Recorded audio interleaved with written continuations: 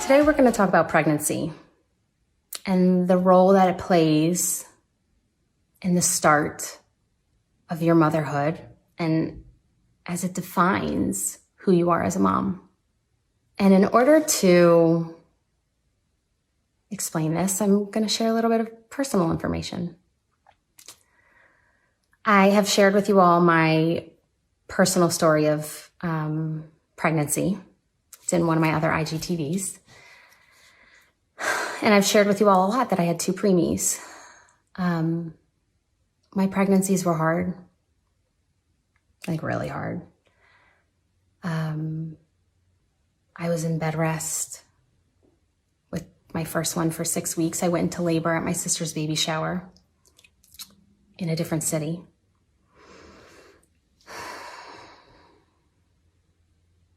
I had 2 preemies. And the pain of delivering my children in an OR while knowing that they were early, not knowing what was to take place in the next few weeks or the next few days, knowing I had a long road ahead of me in the NICU with them, knowing I had to pump, knowing all the things that were about to take place. It's as if you're about to be in a car crash and you're on a bridge and you know it's coming, but it just takes hours and hours and hours and hours to get there, to actually have impact.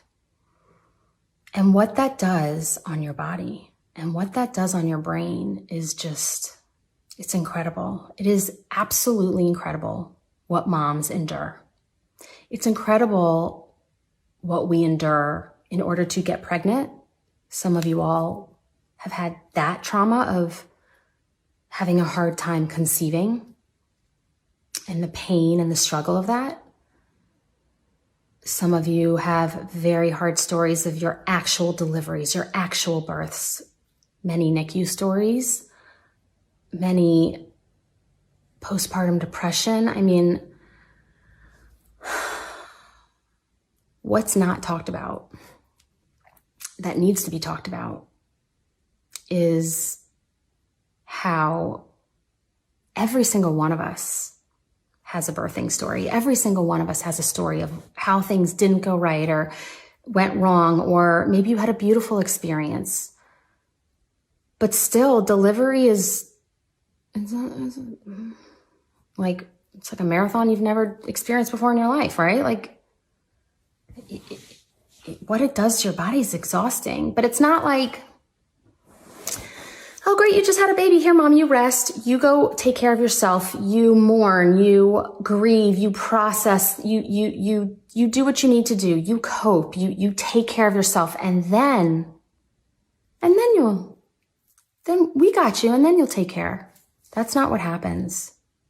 For women, no matter what you've gone through to get pregnant, no matter what you've gone through to have a healthy delivery, no matter what you've gone through to have your child be discharged from the hospital after, and all the in-betweens that I'm not even thinking of, that for your own experience, there is no timeout. There is no pause. 0. To take a moment, take care of yourself, and then move forward with motherhood. You are thrusted into this life from the moment they come out of your body, or from the moment you decide to conceive, actually, and our life changes forever. All of our lives change forever. For the good, for the bad, for the pain, for the sad, like all of it. But this idea that we like jump into action of like, okay, let's hook them on. Let's okay, like here's the diapers, here's the this. Oh my God, I'm exhausted. I was up all night. Yeah, I'm great. I'm fine. Like, we hear the word postpartum depression, but like,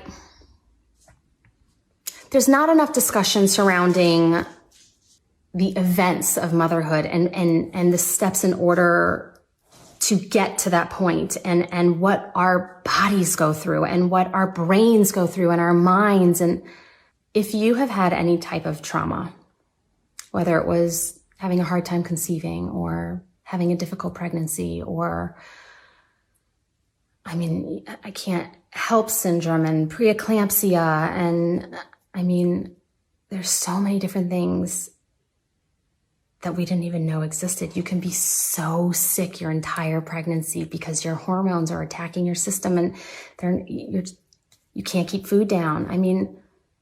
And yes, there's a rainbow. You get that baby at the end. Yes, absolutely. It's a beautiful, beautiful, beautiful rainbow.